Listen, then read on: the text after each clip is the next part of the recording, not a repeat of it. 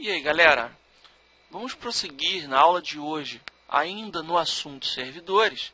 Vamos falar nessa aula sobre as características de hardware que devem ser observadas na hora de montar e orçar um servidor para a nossa empresa. Bom, na hora de especificarmos o hardware do servidor para adquiri-lo, devemos levar em conta alguns aspectos. Primeiro, se o sistema operacional a ser utilizado tem suporte ao hardware escolhido. Pessoal, olha só, o sistema operacional tem os requisitos mínimos e máximos de hardware. E isso deve ser observado na hora que você escolher o hardware. Bom, é importante salientar que quando você escolhe levantar um servidor na sua empresa, é preciso primeiro designar quais são os serviços que a sua empresa vai prover e qual sistema operacional deve ser utilizado para aquele determinado serviço. A Microsoft tem dois ramos de segmentos. O ramo de segmento client, né? Então nós podemos citar, por exemplo, como sistemas client, o Windows 95, 98, 2000, Millennium, XP, o Windows 7, o Windows Vista e, atualmente, o Windows 8. São exemplos de sistemas client. Os sistemas server, como por exemplo o Windows 2000 Server, o Windows Server 2003, o Windows Server 2008 e o Windows Server 2012, são sistemas voltados para serem servidores. E esses equipamentos, eles exigem uma configuração mínima e também expressam a configuração máxima de hardware que eles podem suportar. Então, se você não vai investir, por exemplo, em um sistema de servidor, como por exemplo o Windows 2012 Server, você não precisa investir em um hardware muito pesado, porque os sistemas client não são compatíveis com alguns determinados tipos de hardware. Então, por exemplo, não adianta você comprar uma placa-mãe e instalar 16 GB de RAM se for instalado ali um Windows 8.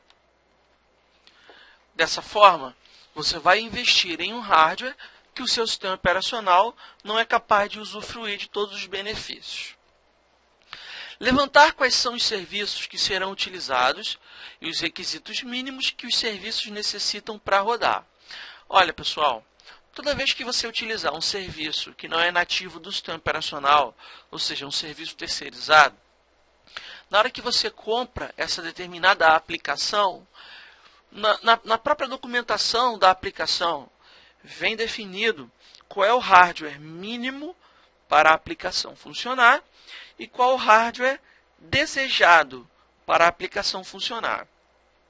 Escolher o hardware é uma tarefa que sempre tem que ser supervalorizada.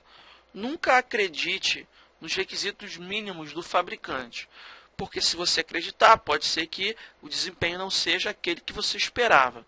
Dessa forma, sempre supervalorize. Coloque um hardware bem acima daquele que é definido lá na documentação da aplicação, para que você não tenha nenhum tipo de problema com performance no futuro. Onde ficará localizado o servidor? Dessa forma, nós conseguiríamos definir o tipo de gabinete e o tipo de refrigeração. Então, pessoal, por exemplo, existem dois tipos de gabinete. Existem os gabinetes de bancada, aquele que utilizamos quando vamos colocar o nosso servidor em cima de uma bancada ou prateleira. E existem também os gabinetes de rack, que são aqueles gabinetes que nós podemos parafusar no rack.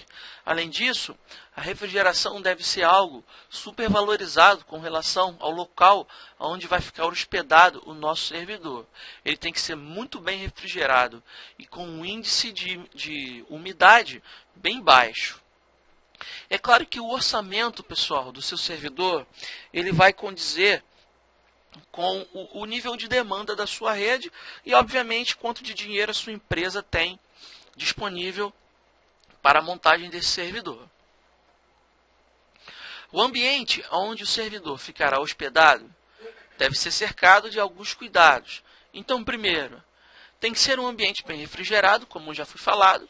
Então, 18 graus, nós entendemos que é uma temperatura ideal. De acesso restrito, Ou seja, somente o pessoal que trabalha com o servidor deve ter acesso ao local onde ele está situado. A parte elétrica, que fornecerá energia ao servidor, deve estar bem estabilizada com aterramento e redundância, que é o caso dos snowbreaks e os geradores alternativos. Pessoal, olha, o aterramento é fundamental para que a energia elétrica da sua rede esteja bem segura. A redundância, que é o caso dos snowbreaks, também é algo fundamental para o seu servidor. Lembrando que nem todos os snowbreaks vão ter um tempo muito grande de autonomia, a não ser que você tenha snowbreaks de grande porte ou bancos de bateria. Mas mesmo um snowbreak que é capaz de ter um tempo de autonomia, por exemplo, vamos colocar 15 minutos, pessoal.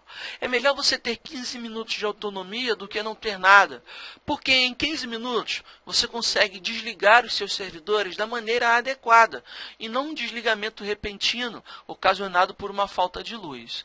Tá legal? Muito bem. O local deve ser limpo e organizado e, obviamente, muito bem documentado, pessoal. Por favor, não vamos esquecer da documentação da rede. Isso é mais do que fundamental.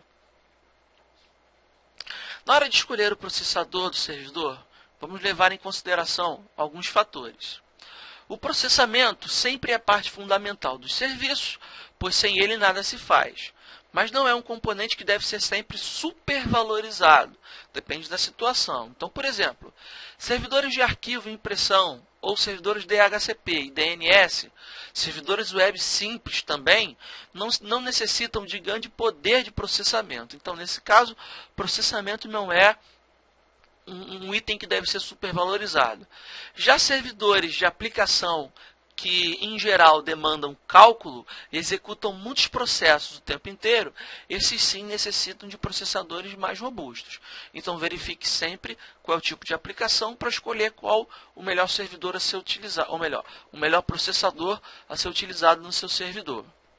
Agora, a memória sim, é um item que deve ser sempre supervalorizado. Memória nunca é demais.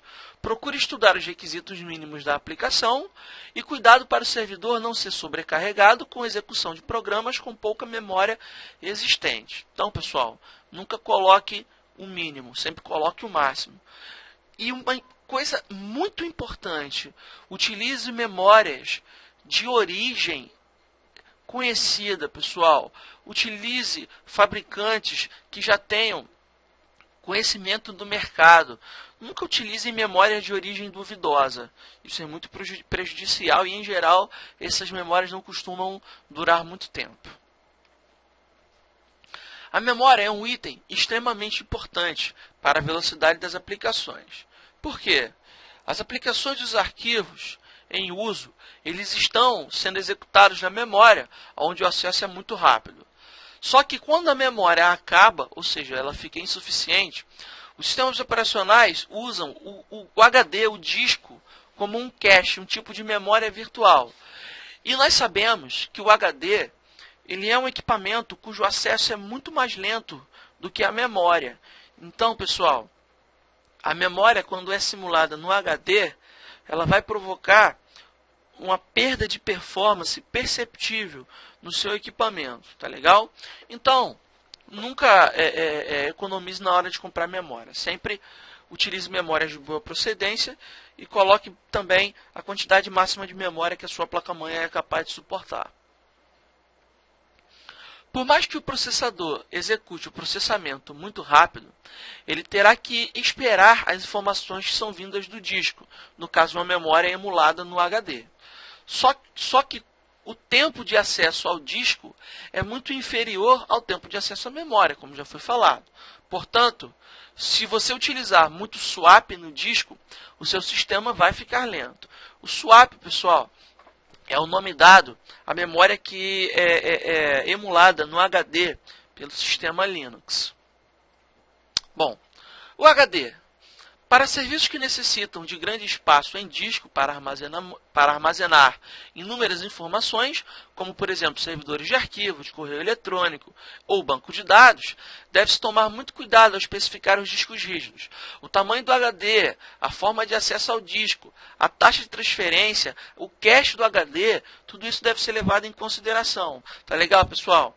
Olha só, os extintos HDs IDE nunca devem ser uma opção quando se utiliza um servidor que vai prover algum tipo de serviço que necessita de acesso contínuo ao HD. Nós temos os HDs SATA e nós temos várias outras tecnologias, né? Nós temos aí hoje os HDs que utilizam a tecnologia SD, que são baseados em chips. E esses HDs são muito mais rápidos do que os HDs convencionais magnéticos que nós utilizamos. Então fica a dica que já é mais uma opção. Muito bem, vamos falar agora da placa-mãe. Na hora de especificar a placa-mãe, leve em conta os outros dispositivos que vão ser acoplados a ela, principalmente processador e memória. Pessoal, olha só, a placa-mãe é o ponto de convergência de todos os outros equipamentos do seu servidor. Ou seja, escolher uma placa-mãe deve-se levar em consideração o tipo de memória que será utilizado, o HD que você vai utilizar, entre outras coisas, as placas de expansão, o tipo de slot e barramento que tem na sua placa-mãe. É importante investir em uma placa-mãe de qualidade, pois não adianta termos bastante memória e bastante processador se utilizarmos uma placa-mãe de qualidade inferior. Tá legal, pessoal? Encerramos a nossa aula de hardware dos servidores por aqui. Eu espero que você tenha gostado e até a próxima.